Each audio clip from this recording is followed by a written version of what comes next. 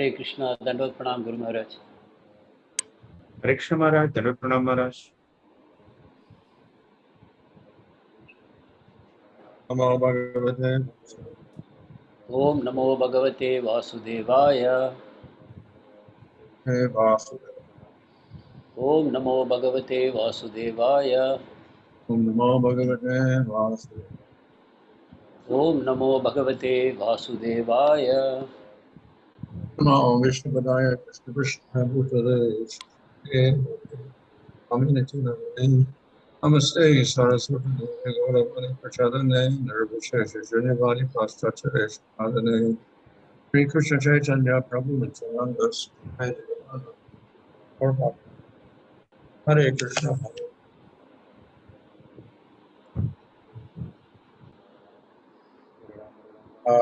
Reading from Bhagavatam 11, 13, verse 22? 25. 25? 25?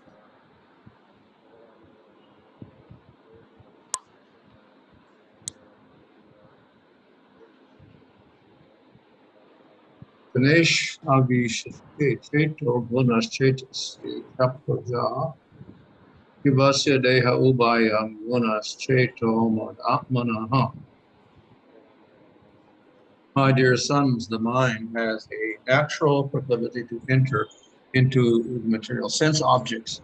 That's the sense objects into the mind, but both this material mind and the sense objects are merely designations that cover the spirit soul who is part of me.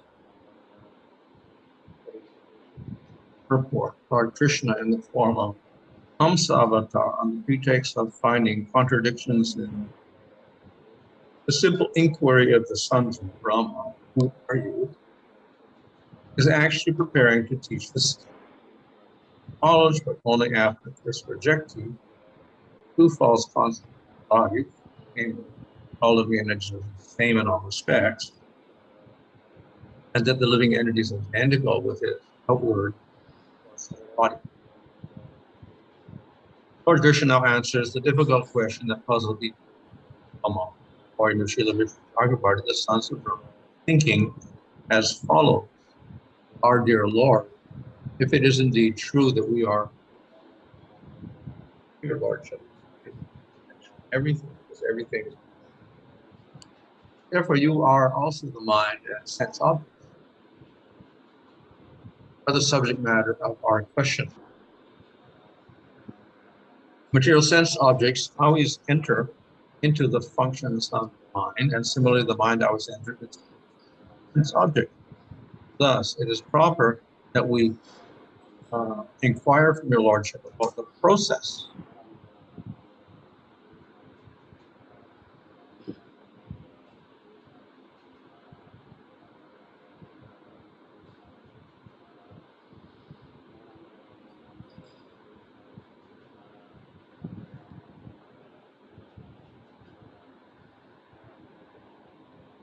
But it is proper that we inquire from the Lordship about the process by which the sense objects will no longer enter the mind, and the mind will no longer enter objects. This will give us the answer. The Lord answers as follows: My dear sons, it is a fact that the mind enters into the material objects of the mind. Thus, although the living entity is actually part and parcel of me, being as I am also eternally, and although the eternal form of the living entity is spiritual, in conditioned life, the living entity artificially imposes upon mind and sense objects, which act as covering designations of the eternals. Since it is the natural function of the material mind and sense objects to mutually interact, how can you possibly ever prevent such a mutual attraction? Since both the material mind and sense objects are useless, both of you cannot be given up, and it's automatically free from all property. Here, Swami points out that the symptom of the material mind tendency to consider oneself to be the ultimate guru, lawyer. Naturally, one with such a puffed up mentality is helpless, attracted by objects. One who considers himself to be the lawyer will be attracted to means attaining sense gratification and fulfilling exploitation objects. Above the material mind, however, is intelligence, which can perceive. It is not possible to separate the material mind from the sense objects because they naturally go together. Therefore, by intelligence, one must realize eternal form is part and parcel of the Lord and completely reject the bogus material mentality. One who revives his original spiritual mentality becomes automatically detached from material attraction. Therefore, one should cultivate knowledge, falsity of education. When the mind or senses are attracted to material enjoyment, superior intelligence must immediately touch illusion. In this way, one should purify one's mentality. By devotional service to the Lord, such detachment and intelligence automatically awaken, and by full understanding of one's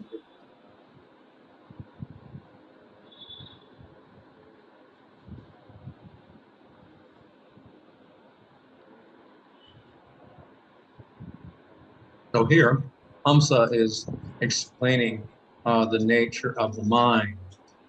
இங்கு Hamza மனத்தின் இயற்கையை விவரிக்கிறார். This was the question. How do we control the mind and the senses? எவ்வாறு மனத்தையும் புலன்களையும் அடக்குவது என்பதே அவரிடம் கேட்கப்பட்ட கேள்வி. And the senses and the mind go together. புலன்களும் மனமும் ஒன்றுக்கொன்று பரிமாறிக்கொள்கின்றன. So if the senses are attracted to some object, the mind will follow it. எனவே புலன்கள் சில புலனுணர்ச்சி பொருளிடம் கவரப்படும் பொழுது மனமும் அதன் பின்னால் செல்கிறது. If the mind is attracted to certain enjoyment, then the senses will seek out that enjoyment. மனம் சில இன்பங்களை நாடும் பொழுது புலன்களும் அதன் பின்னால் செல்கின்றன. So it looks a little difficult to stop the senses or to stop the mind. இவ்வாறு மனத்தையும் புலன்களையும் நிறுத்துவது என்பது முடியாத காரியமாக தென்படுகிறது. So here the Lord describes that actually the senses and the mind are artificially imposed upon the soul. இங்கு பகவான் கூறுகிறார், மனமும் புலனுணர்ச்சி பொருட்களும் ஆத்மாவின் மேல் செயற்கையாக திணிக்கப்பட்டிருக்கின்றன என்று கூறுகிறார். Although they are very powerful and we struggle to control them, nevertheless they are completely separate from the Atma.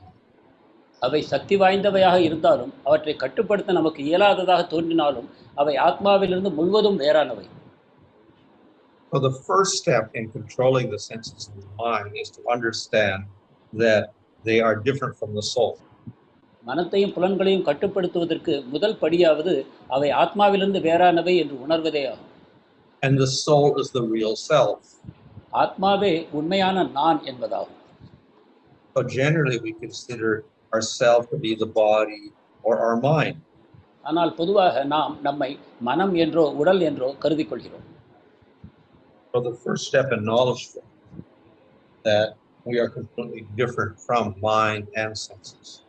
எனவே அறிவை அடைவதற்கான முதல் படி நாம் மனமும் மனத்தில் புலன்களிலிருந்தும் வேறுபட்டவர்கள் என்று அறிவதே. So this is what we call ātmanaḥ. இதையே ஆத்ம ஞானம் என்று அழைக்கிறோம். This is a type of knowledge. இது ஒரு வகையான ஞானமாகும்.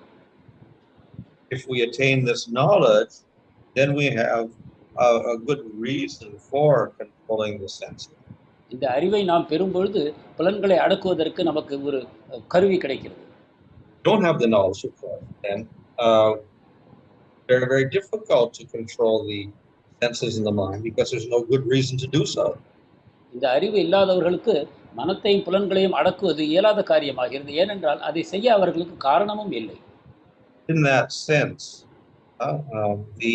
this ātmagyan or knowledge is important. இவ்விதமாக இந்த ஆத்ம ஞானம் அல்லது அறிவு என்பது இன்றியமையாததாகிறது. Nevertheless, when we take to the process of bhakti, we usually criticize again. ஆனால் பொதுவாக பக்தி மார்க்கத்தை ஏற்றுக்கொண்டவர்கள் ஞானத்தை குறை கூறுகிறார்கள். What we are criticizing is not exactly the realization we're not the body with the Atma, but we're criticizing the consequence of that. நாம் குறை கூறுவது ஆத்மாவும் இந்த புலன்களும் மனமும் வேறு என்னும் கருத்தை அல்ல, ஆனால் அதை வழிமுறைப்படுத்தும் முறையை பற்றியே நாம் குறை கூறுகிறோம். So the consequence of realizing the Atma in many cases is that one stops there. I think that is the final truth. எனவே ஞானத்தை பின்பற்றுபவர்கள் அந்த ஞானத்தினுடைய நின்று போகிறார்கள், அதையே நாம் குறை கூறுகிறோம். And thus people will conclude, I am Brahman. எனவே அவர்கள் நான் பிரம்மன் என்னும் முடிவை அடைகிறார்கள்.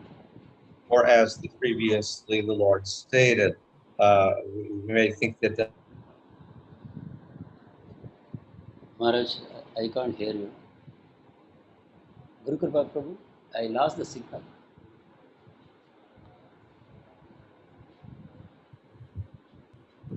Hare Krishna Maharaj. Let's hang on for a moment. Looks like Maharaj is frozen.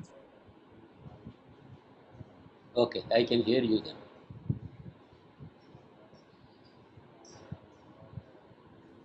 Hare Krishna, Krishna Krishna, Hare Hare. Hare Ram, Ram Hare Hare. Hare Krishna, Hare. Okay. So that's the danger, that we stop at Atmagyan and we don't go any further. எனவே நாம் ஆத்ம ஞானத்துடன் நின்று போய் அதற்கு மேலான அறிவை நாடாமல் இருப்பதே இதில் இருக்கக்கூடிய அபாயம். So it is important, yes, that we do understand we're not the body, we're the soul, but we should also understand there's a supreme soul, the supreme Lord. எனவே நாம் இந்த மனமும் புலன்களும் அல்ல என்பதை அறிவதோடு கூட நமக்கு மேலாக ஒரு உயர்ந்த பரமாத்மா இருக்கிறார் என்பதை அறிவதும் அவசியமாகிறது. So Atmagyan is important because it gives us a good reason for controlling the senses of the mind. எனவே ஆத்ம ஞானம் அவசியமானது, ஏனென்றால் அது புலன்களையும் மனத்தையும் அடக்குவதற்கு ஒரு நல்ல காரணமாக அமைகிறது. But it becomes dangerous if we limit ourselves to Atmagyan and don't progress further. ஆனால் நாம் அபாயம் என்னவென்றால் நாம் இந்த ஆத்ம ஞானத்தோடு நின்றுவிட்டு இதற்கு மேல் முன்னேற முயற்சிப்பதில்லை. So the other point is that if we go to the process of bhakti, within it there is Atmagyan. இன்னொரு முக்கியமான விஷயம் என்னவென்றால் நாம் பக்தி பாதையை தேர்ந்தெடுப்போமானால் அதற்கு உள்ளேயே ஆத்ம ஞானமும் அமைந்திருக்கிறது. As stated in the first canto of Bhagavatam, and by the process of bhakti, jnana and vairagya automatically manifest. பாகவதத்தின் முதல் காண்டத்தில் கூறப்பட்டபடி பக்தி பாதையை நாம் பின்பற்றும் பொழுது ஞானமும் வைராக்கியமும் இயற்கையாகவே நமக்குள் உண்டாகின்றன. And because they manifest, then automatically we begin to control the senses of the mind. இவை நமக்குள் உண்டாவதன் காரணமாக நாம் மனத்தையும் புலன்களையும் அடக்க ஆரம்பிக்கிறோம். Jnana means we will realize through bhakti the body we are. ஞானம் என்னவென்றால் அந்த பக்தியின் மூலமாக நாம் இந்த சரீரம் அல்ல ஆத்மா என்பதை உணர்கிறோம். And we will also develop a detachment from material objects, vairagya. அதே சமயம் நாம் புலனுணர்ச்சி பொருட்களிலிருந்து பற்றின்மையையும் வளர்த்துக் கொள்கிறோம், அதுவே வைராக்கியம். Thus we have natural control of the senses of the mind. இவ்வாறு இயற்கையாகவே பக்தர்களுக்கு மனமும் புலன்களும் அடக்கப்படுகின்றன. So though it is important to realize the Atmagyan, this is accomplished by the process of bhakti itself. ஆனாலும் கூட ஆத்ம ஞானத்தை அடைவதும் பக்தியில் ஒரு முக்கியமான படியே ஆகும். ஆனால் பக்தியின் மூலமாக அது இயற்கையாகவே எய்தப்படுகிறது. And that is why when we practice bhakti directly, we're not encouraged to practice jnana. அதனால்தான் நாம் பக்தியை நேரடியாக பயிற்சி செய்யும் பொழுது ஞானத்தை பயில வேண்டாம் என்று நமக்கு அறிவுறுத்தப்படுகிறது. On the other hand, if we are not practicing bhakti, then we're encouraged to develop this type of knowledge. மாறாக நாம் பக்தி பாதையை பின்பற்றவில்லை என்றால் நமக்கு இந்த ஆத்ம ஞானத்தை அறிந்து கொள்ள வலியுறுத்தப்படுகிறது. So that is why in many places in the scripture this jnana is praised. இதன் காரணமாகத்தான் சாஸ்திரங்களில் பல இடங்களில் இத்தகைய ஞானமும் புகழ்ந்து பேசப்படுகிறது. It will give us an impetus to control these senses. இந்த ஞானமானது புலன்களையும் புலனுகர்ச்சி பொருட்களையும் மனத்தையும் அடக்குவதற்கு ஒரு காரணத்தை நமக்கு வழங்குகிறது. On the other hand, if we take to the process of bhakti, then already the process of jnana is included. மாறாக நாம் பக்தி பாதையை தேர்ந்தெடுப்போமானால் அதற்குள்ளேயே இந்த ஆத்ம ஞானமானது அடங்கி இருக்கிறது. And therefore there's no need separately practice. எனவே தனியாக ஞான மார்க்கத்தை பயிலுவதற்கு பக்தனுக்கு தேவையில்லை. So of course the same goes for karma yoga. இதுவே கர்மயோகத்துக்கும் பொருந்தக்கூடியது. The good aspect of karma yoga is it allows us to take care of our body. கர்மயோகத்தில் உள்ள நல்ல அம்சம் என்னவென்றால் அது நம் உடலை பார்த்துக்கொள்ள உதவுகிறது. The negative aspect is that we get attached to material enjoyment. அதனுடைய தீய விளைவு என்ன என்றால் பௌதிக புலனின்பத்தில் நாம் நாட்டம் கொள்கிறோம். So if we practice bhakti yoga, we're not encouraged to practice karma to get material enjoyment. ஆனால் பக்தியை நாம் பின்பற்றும் பொழுது கர்மயோகத்தை பயன்படுத்தி புலனுகர்ச்சி பொருள்களை நீங்கள் நாட வேண்டாம் என்று நமக்கு கூறப்படுகிறது. But through the process of bhakti itself, as Krishna promises in Bhagavad Gita, that he will arrange for one's maintenance. ஆனாலும் கூட பக்தி யோகத்தின் மூலமாகவே பகவான் கீதையில் கூறியுள்ளபடி நம்மை பாதுகாக்கும் பொறுப்பை அவரே ஏற்கிறார். So the devotee does not have to worry too much about maintaining the body. எனவே தன்னுடைய சரீரத்தை காப்பாற்றுவதை பற்றி அதிகமாக பக்தன் கவலைப்பட தேவையில்லை. And whatever results you can attain by karma or jnana are also automatically manifested by the process. மேலும் கர்மம் மற்றும் ஞானத்தின் மூலமாக அடையக்கூடிய விளைவுகள் அனைத்தும் பக்தியின் மூலமாகவே அடையப்படுகின்றன. So bhakti is considered a better process because we do not have to distract ourselves with other processes, but we get the results of the other processes in any case. எனவே பக்தி உயர்ந்த பாதையாக கூறப்படுகிறது. ஏனென்றால் பக்தியை செய்யும்போது நாம் ஞானத்தையும் கர்மத்தையும் செய்ய தேவையில்லை. அதே சமயத்தில் அவற்றினால் கிடைக்கக்கூடிய விளைவுகளை நாம் எய்துகிறோம். So therefore, at the end of the Bhagavad Gita, Krishna says, you give up all other processes and just take it. எனவே கீதையின் இறுதியில் பகவான் கூறுகிறார், நீ அனைத்து வழிமுறைகளையும் விட்டுவிட்டு என்னிடம் சரணாகதி அடைந்து பக்தி பாதையை ஏற்றுக்கொள் என்று. At the same time, the devotee practices yukta vairagya. அதே சமயத்தில் ஒரு பக்தன் யுக்த வைராகியத்தையும் பயில்கிறான். So we don't artificially reject material objects. இவ்விதத்தில் நாம் செயற்கையாக பௌதிக பொருட்களை நிராகரிப்பதில்லை. We can use them in the service of the Lord. நாம் அவற்றை பகவானுடைய சேவையில் பயன்படுத்துகிறோம். However, in using those objects, we should not enjoy those. ஆனால் இவ்வாறு அந்த பொருட்களை பயன்படுத்தும் பொழுது நாம் அவற்றின் நுகர்ச்சியில் நம் மனத்தை செலுத்தக்கூடாது. Similarly, we can also use the processes of jnana, karma. இதே விதமாக ஞான கர்ம பாதைகளையும் நாம் பயன்படுத்தலாம். But we should not enjoy the results. ஆனால் அவற்றினால் வரும் பயன்களை நாம் அனுபவிக்க கூடாது. So the rule is we accept what is favorable and reject what is unfavorable. சட்டம் என்ன என்றால் எது சாதகமானதோ அதை ஏற்றுக்கொண்டு பாதகமானவற்றை கழிக்க வேண்டும் என்பதே. So therefore, we can accept the process of jnana if it is favorable for. எனவே ஒரு பக்தன் ஞான மார்க்கத்தையும் ஏற்றுக்கொள்கிறான் அது பக்திக்கு சாதகமாக இருக்கும் வரையில். On the other hand, we also reject those processes if they create obstacles. அதே சமயம் அவை பக்திக்கு தடையாக அமையும் பொழுது அந்த பாதைகளை அவன் நிராகரிக்கிறான். So this is the basic principle we follow. இதுவே நாம் பின்பற்ற வேண்டிய அடிப்படையான கொள்கையாகும். So we neither encourage or discourage other processes. எனவே நாம் இதர வழிமுறைகளை உற்சாகப்படுத்துவதும் இல்லை அவற்றை நிராகரிப்பதும் இல்லை. For persons not qualified for bhakti, yes, we encourage them to do other things. பக்திக்கு தகுதியற்ற நபர்களுக்கு அந்த இதர பாதைகளையும் நாம் பரிந்துரைக்கிறோம். For persons doing pure bhakti, then person may or may not do these other processes, depending on whether it is favorable or unfavorable. தூய பக்தியை செய்யக்கூடிய பக்தரோ இந்த இதர பாதைகளை பின்பற்றினாலும் பற்றுகிறார் பின்பற்றாமலும் இருக்கிறார் அது சாதகமா பாதகமா என்பதை கருத்தில் கொண்டு. And the main principle is bhakti to try to attain that purity, complete service to the Lord.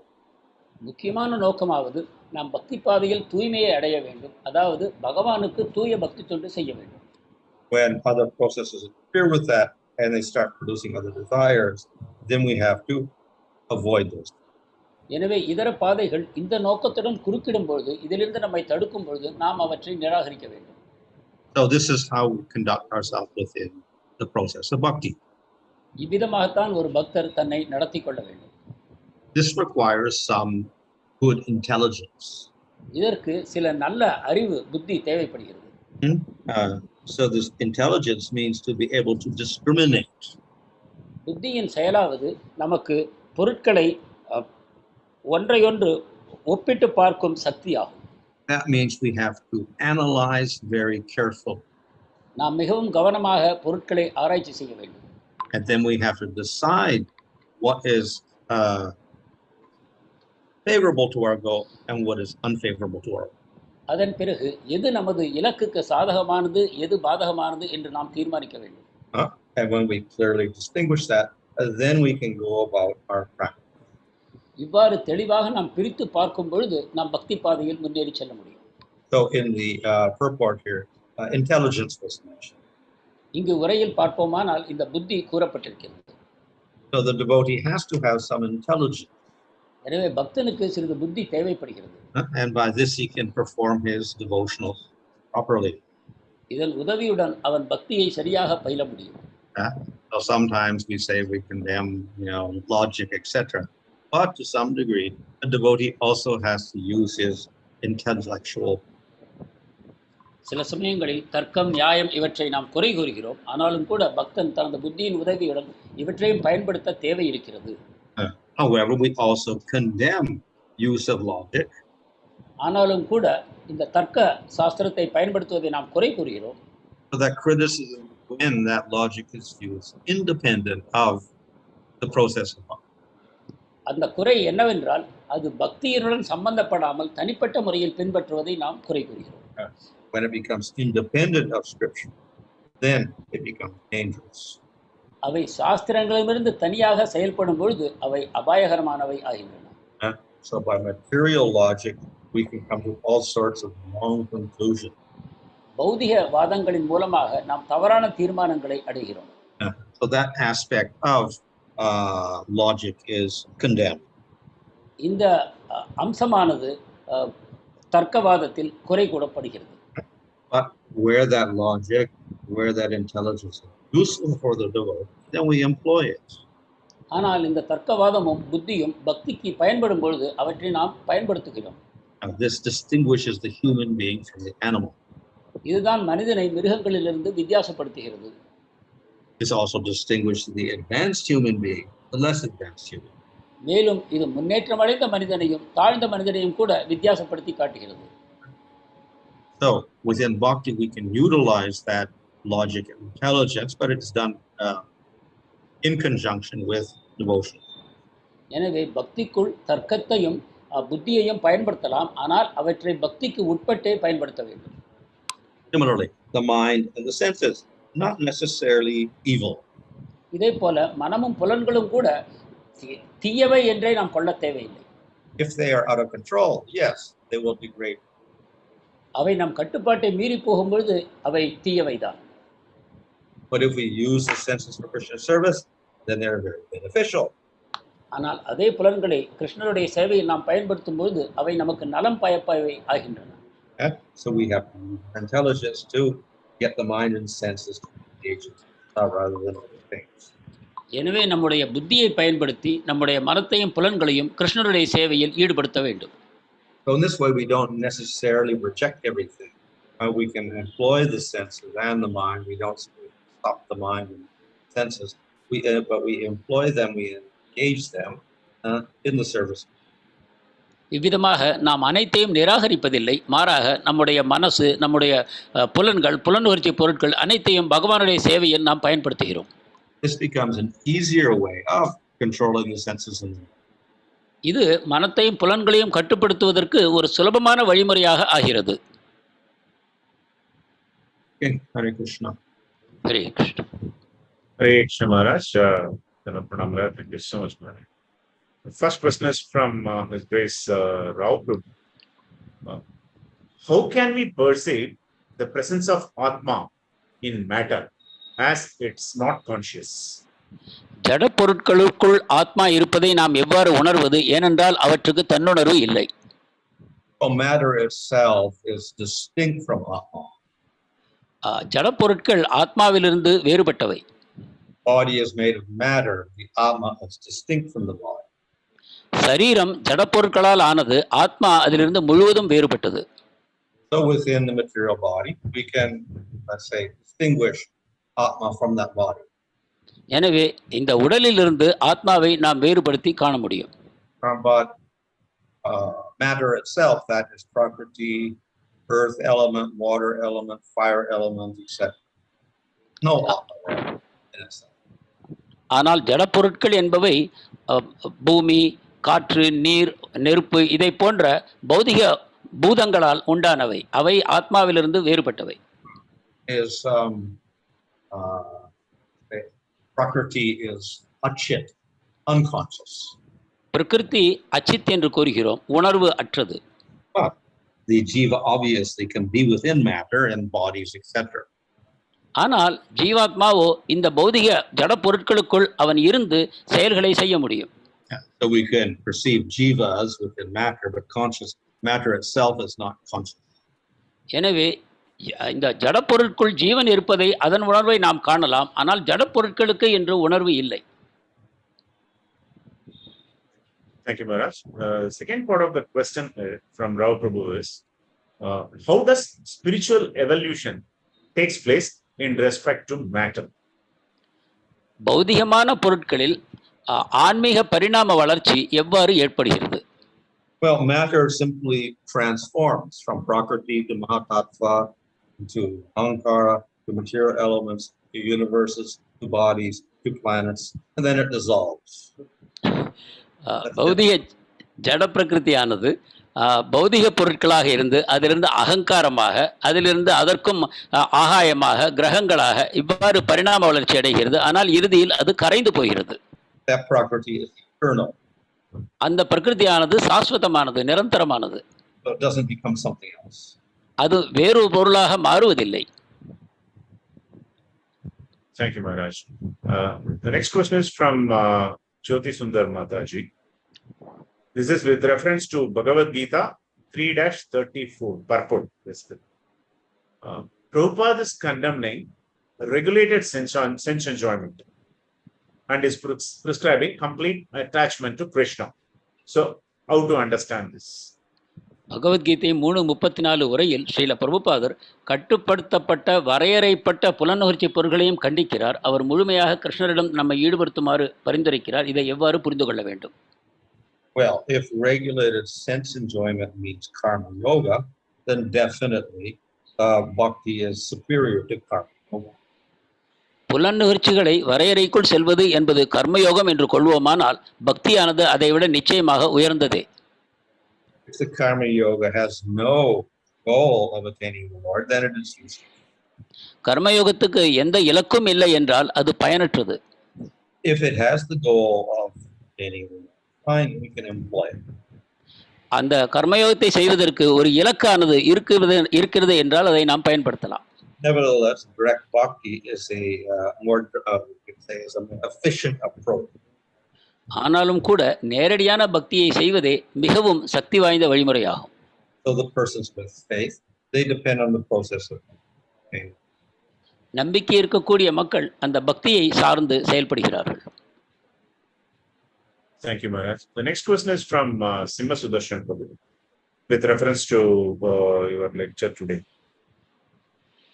Is it correct to say that bhakti alone will enable the jiva to attain jiva's full potential, namely Krishna prema, whereas karma and jnana yoga do not help the jiva to reach its full potential? பக்தி மட்டுமே ஜீவாத்மாவை தன்னுடைய பூர்ண நிலையாகிய கிருஷ்ண பக்தியில் சென்று சேர்க்குமா, அல்லது கர்மமும் ஞானமும் அத்தகைய பயன்களை தராதா? Jnana and karma are steps towards perfection. ஞானமும் கர்மமும் பக்திக்கான படிகளே ஆகும். Karma yoga raises us to sattva. கர்மயோகம் நம்மை சத்துவகுணத்துக்கு உயர்த்துகிறது. Jnana yoga separates the atma from the body. ஞான யோகம் ஆத்மாவை சரீரத்திலிருந்து வேறுபடுத்துகிறது. Those are positive steps. இவை இரண்டும் ஒரு நல்ல படிகள். But they are not the final goal. ஆனால் அவையே இறுதி இலக்கு அல்ல. If we take them as the final goal, then that is not proper. அவற்றை இலக்காக கொண்டால் அது தவறானது. At the same time, if we perform bhakti, whatever we attain by karma yoga or gyan is also automatically attained. அதே சமயம் நாம் பக்தியை பின்பற்றுவோமானால் கர்மத்தினாலும் ஞானத்தினாலும் அடையக்கூடிய இலக்குகள் இயற்கையாகவே அடையப்படுகின்றன. Thus, there is no necessity of doing them when we perform. இதன் காரணமாக நாம் பக்தியை பயிலும்போது கர்மத்தையும் ஞானத்தையும் செய்ய தேவையில்லாமல் போகிறது. Thank you, Maharaj. The next question is from Bhaktarupa Prabhu. This is regarding human sacrifice, which was carried out in before Mahabharata war. Aravan was sacrificed.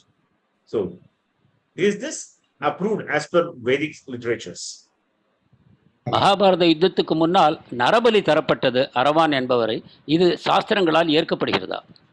I believe even in 9th canto of Bhagavatam they speak about offering a human being. Bhagavatam 9வது காண்டத்தில் கூட நரபலியை பற்றி பேசப்படுகிறது. However, we see that in general all violence is condemned. ஆனால் நாம் காண்கிறோம் பொதுவாக அனைத்து வகையான மக்களுக்கு இன்னல் பயப்பதும் கண்டிக்கப்படுகிறது. So we have the famous Vedic injunction, "Ahimsat sarva bhutani," don't commit violence against any living entity. வேத சாஸ்திரங்கள் கூறுகின்றன, எந்த உயிர்வாழிக்கும் நீங்கள் தீங்கு செய்யக்கூடாது, அதில் மனிதர்களும் கட்டாயமாக அடங்குவார்கள். So yes, there may be sacrifices of various things. We have sacrifice of cow and sacrifice of mentioned in the Veda, but particularly in Kali Yuga, all of these are forbidden. எனவே வேதங்களில் பல வகையான பலிகளை பற்றி கூறப்பட்டதை நாம் காண்கிறோம், பசு அல்லது குதிரை என்று. ஆனால் கலியுகத்தில் இவை அனைத்தும் தடை செய்யப்படுகின்றன. So as in 5,000 years, we shouldn't do anything sacrifice of any living being. எனவே 5000 ஆண்டுகளுக்கு முன்பிருந்தே நாம் யஜ்ஞங்களில் எந்த விதமான உயிர் பலியும் செய்யக்கூடாது என்று நிலைநிறுத்தப்பட்டிருக்கிறது. And in fact, the sacrifice is harinam. எனவே நாம் செய்ய வேண்டிய யஜ்ஞம் ஹரிநாம யஜ்ஞமே ஆகும். So we don't even need any fire or even rains. நமக்கு நெருப்பும் தேவையில்லை, மழையும் தேவையில்லை.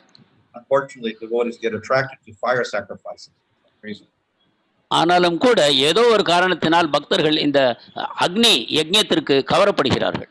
But actually, Lord Chaitanya's yajna is Harinam Sankirtan. ஆனால் சைத்தன்ய மகாபிரபுவின் யஜ்ஞமோ ஹரிநாம யஜ்ஞமே ஆகும். Thank you so much, Maharaj.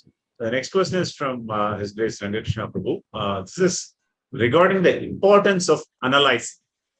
So can we say this analyzing is only applicable for a sadhaka? Because pure devotees are ever situated in spiritual intelligence. So there appears to be no necessity for them to analyze. விஷயங்களை ஆராய்ச்சி செய்து புரிந்து கொள்வது என்பது ஆரம்ப நிலை பக்தர்களுக்கே பொருந்துவதாக தோன்றுகிறது. தூய பக்தி தொண்டில் ஈடுபட்டிருக்கிற முன்னேற்றமடைந்த பக்தர்களுக்கு இது அவசியம் இல்லை என்று தோன்றுகிறது. விளக்க வேண்டும். Of course, definitely we don't materially analyze as we advance, and even the sadhaka should not materially do that. Actually, it is spiritual because it's guided by scripture. முன்னேறக்கூடிய பக்தர்கள் இந்த பௌதிகமான நிலையில் இவற்றை ஆராய்ச்சி செய்வதில்லை. சொல்லப்போனால் ஆரம்ப நிலை சாதகர்கள் கூட இதை பௌதிகமான நிலையில் செய்யக்கூடாது. இது ஆன்மீகமான வழிமுறை என்று கூறப்பட்டது. However, we'll see in the pure devotees, in the Nitya-siddhas, and even in Krishna himself, they think, they analyze. ஆனாலும் கூட நாம் பார்க்கிறோம் பக்தர்கள் கிருஷ்ணர் உள்பட இத்தகைய ஆராய்ச்சியை செய்கிறார்கள். For instance, when they were having a controversy about what to do with the Pandavas and Krishna, etc. Should we have a Rajasuya sacrifice? Should we kill Jarasandha? All sorts of things they were speculating on. So then Krishna called Uddhava and said, "What do you think?" இவ்விதமாக நாம் பாகவதத்தில் பார்க்கிறோம், கிருஷ்ணர் ராஜசூய யஜ்ஞத்துக்கு செல்வதா, ஜராசந்தனை கொல்ல செல்வதா, எதை நாம் செய்ய வேண்டும் என்று சந்தேகம் வருகிறது. அப்பொழுது உத்தவரை அழைத்து அவரிடம் கேட்கிறார். So Uddhava used some very good intelligence to analyze the situation and give a solution. அப்பொழுது உத்தவர் தன்னுடைய கூர்மையான தன்னுடைய புத்தியை பயன்படுத்தி இந்த பிரச்சனைக்கு ஒரு தீர்வு கொடுக்கிறார். At the same time, Krishna sent Uddhava to prajāḥ to speak to Nanda, Yasoda, and the Gopi. அதே சமயம் கிருஷ்ணர் உத்தவரை பிரஜத்துக்கு அனுப்பி நந்த மகாராஜாவுடன் கோபியருடனும் பேசுவதற்கு அனுப்புகிறார். So of course he had great devotion. He also had great intelligence. அவருக்கு உயர்ந்த பக்தி இருந்தது, அதே சமயம் உயர்ந்த புத்தியும் இருந்தது. So he would understand the best way to explain to the people of Vrindavan Krishna's absence. எனவே அவர் சென்று பிருந்தாவனத்தில் உள்ள மக்களுக்கு கிருஷ்ணர் வராமல் இருப்பதற்கான காரணத்தை சிறந்த முறையில் விளக்குவார். So even spiritually there is some intelligence. எனவே ஆன்மீகத்திலும் கூட ஒரு புத்தி என்பது அமைந்திருக்கிறது. We see Krishna speaks to the gopis. நாம் கிருஷ்ணர் கோபியருடன் பேசுவதை பார்க்கிறோம். And then they joke with each other. Maharaj, they joke with each other. அவர்கள் ஒருவரோடொருவர் ஹாஸ்யமாக பேசிக் கொள்கிறார்கள். And then they start using words with double meanings. அதன் பிறகு இரண்டு பொருள் படக்கூடிய வார்த்தைகளை அவர் பயன்படுத்துகிறார்கள். And this requires intelligence. இவை எல்லாவற்றிற்கும் புத்தி அவசியம். Or they compose verses in certain meters. அல்லது அவர்கள் அருமையான கவிதைகளை எழுதுகிறார்கள், பாடுகிறார்கள். அதற்கும் புத்தி தேவைப்படும். எனவே ஆன்மீக உலகத்திலும் கூட அவர்கள் புத்தியை பயன்படுத்துவதை நாம் காண்கிறோம். That was great, Maharaj. Thank you so much, Maharaj. The next question is from His Grace Srinivas Nithai Prabhu. In Bhagavad Gita, Lord has described this material world as temporary and miserable. Being the case, it seems that, and more in the other side, Lord expects the devotee to perfect his life despite such limitations in this material world. So how to understand this? கீதையில் பகவான் இந்த உலகம் தற்காலிகமானது, துக்கமயமானது என்று கூறுகிறார். அதே சமயம் இந்த உலகத்திலிருந்து ஒரு மனிதனானவன் தன்னுடைய வாழ்க்கையை பூர்ணத்துவம் எய்த வேண்டும் என்றும் கூறுகிறார். எவ்வாறு இதை புரிந்து கொள்வது? What was the question? He expects the devotee to He's expecting the devotee to perfect in this very life, despite being in this limited material world, which is miserable and to perfect his perfect his life. Well, while he's miserable, you're saying, or what? So this material world is miserable, and temporary. Yeah. Still, the Lord expects a sadhaka to perfect his life being in this material world. Okay. Yeah. So obviously, if it's temporary and miserable, then he will want to go somewhere else. Yes. இந்த உலகம் தற்காலிகமானதாகவும் துன்பம் நிறைந்ததாகவும் இருந்தால்தான் ஒரு மனிதன் இங்கிருந்து வேறு இடத்திற்கு செல்ல விரும்புவான். So the promise is you perform bhakti and you get eternal bliss. இதுதான் பகவான் and it's blissful. இதுவே பகவான் தரக்கூடிய உத்தரவாதம். நீங்கள் பக்தியை செய்யுங்கள், அப்பொழுது இந்த உலகத்தை கடந்து ஆனந்தமயமான நிரந்தரமான உலகத்தை அடைவீர்கள். But we have to accept where we are now. We can't say, well, I don't exist. ஆனால் நாம் இப்பொழுது இருக்கும் இடத்தை நாம் ஏற்றுக்கொள்ள வேண்டும். இல்லை, நான் இல்லை என்று நாம் கொள்ளக்கூடாது. So we are suffering, we are temporary with our body. So how do we attain that eternal blissful position? நாம் துன்பத்தை அனுபவிக்கிறோம், நாம் தற்காலிகமான உடலில் இருக்கிறோம். எனவே இவற்றை கைவிட்டு எவ்வாறு அந்த நிரந்தரமான சந்தோஷமயமான இடத்தை அடைவது? So we cultivate the Atma. இதற்காக நாம் ஆத்ம ஞானத்தை அடைய வேண்டும். And if we do that, even in this lifetime, we attain realization of the Lord, then we are not attached to the body. இதை செய்தால் நாம் இந்த ஆயுட்காலத்துக்குள்ளேயே பகவானை பற்றி அறிந்து கொள்கிறோம். அதன் பிறகு நமக்கு இந்த பௌதிக உடலின் மீது பற்று விட்டுவிடுகிறது. Therefore, a person who has prema, who's in this material body, does not suffer. எனவே பிரேமத்தில் இருக்கக்கூடிய ஒரு பக்தன் இந்த பௌதிக சரீரத்தில் இருக்கும் பொழுது கூட அவன் துன்பப்படுவதில்லை. And he is eternal. மேலும் அவன் சாஸ்வதமாகிறான். Only the body is temporary. அவனுடைய சரீரம் மட்டும் தற்காலிகமானது. So we can experience eternal bliss even if we have a material body. எனவே நிரந்தரமான ஆனந்த பரவசத்தை நாம் இந்த தற்காலிகமான சரீரத்துக்குள்ளும் அனுபவிக்க முடியும். But we are completely detach from that material body. ஆனால் இந்த பௌதிக சரீரத்திலிருந்து நாம் நம்மை முழுமையாக பற்றின்மையை வளர்த்து கொள்ள வேண்டும். Thank you, Maharaj. Just one final question from Jyoti Sundar Mataji. This is based on a reference from the book Paramatma Sandarbha, wherein it is mentioned the material body is not a reflection of the Panchabhutas. Neither it is a combination or transformation of the Panchabhutas. So the question is, yes,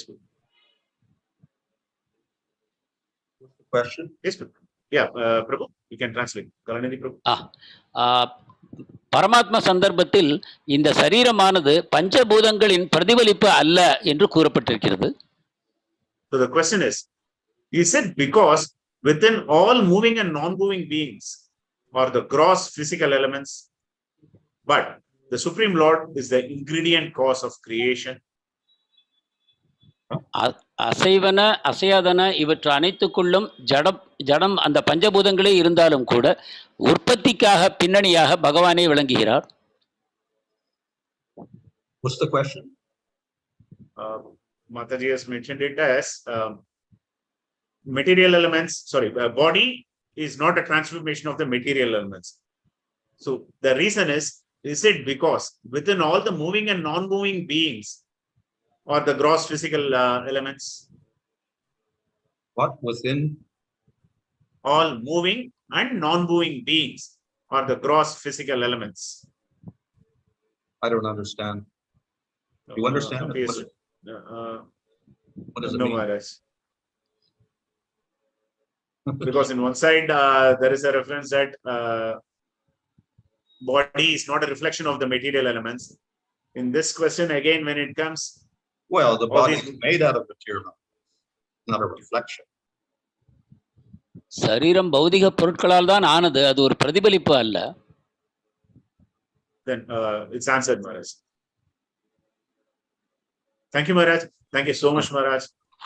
His Holiness Bhanu Swami Maharaj ki jai. Grantharaj Srimad Bhagavatam ki jai. Jagat Guru Srila Prabhupada ki jai. Dear devotees, thank you so much for your participation. As a continuation of Srila Prabhupada Katha, today evening 7 to 8 we have glorification of Srila Prabhupada. Prabhupad கதா தொடர்கிறது. இன்று மாலையும் 7 மணிக்கு இதற்கான ஒரு பொழிப்புரை சொற்பொழிவு இருக்கிறது. Similarly, in the weekend we have got once again Ananga Mohan Prabhu's session on Srila Prabhupada is perfect. இந்த வார இறுதியில் அனங்கமோகன் பிரபு ஸ்ரீல பிரபுபாதர் பூர்ணமானவர் என்ற தலைப்பில் உரையாற்றுவார். Followed by weekend Sunday session by His Grace Radhapati Prabhu. ஞாயிற்றுக்கிழமை ராதாபதி பிரபு சொற்பொழிவாற்றுவார். And we have the most auspicious festival Radhayatra lined up for 12th Monday. மிக மங்களகரமான ரத யாத்திரை விழா திங்கட்கிழமை அன்று நடக்க இருக்கிறது. So please stay connected for the announcements and informations which are going to be shared with the congregation very soon. அனைவரும் இது சம்பந்தமான தகவல்களுக்காக காத்திருக்க வேண்டும். இவை அனைத்தும் உங்களுடன் பகிரப்படும். So we conclude this with the chanting of Hare Krishna Mahamantra thrice, followed by Vaishnava Pranam. Hare Krishna, Krishna Krishna, Hare Hare, Hare Ram, Ram Ram, Hare Hare.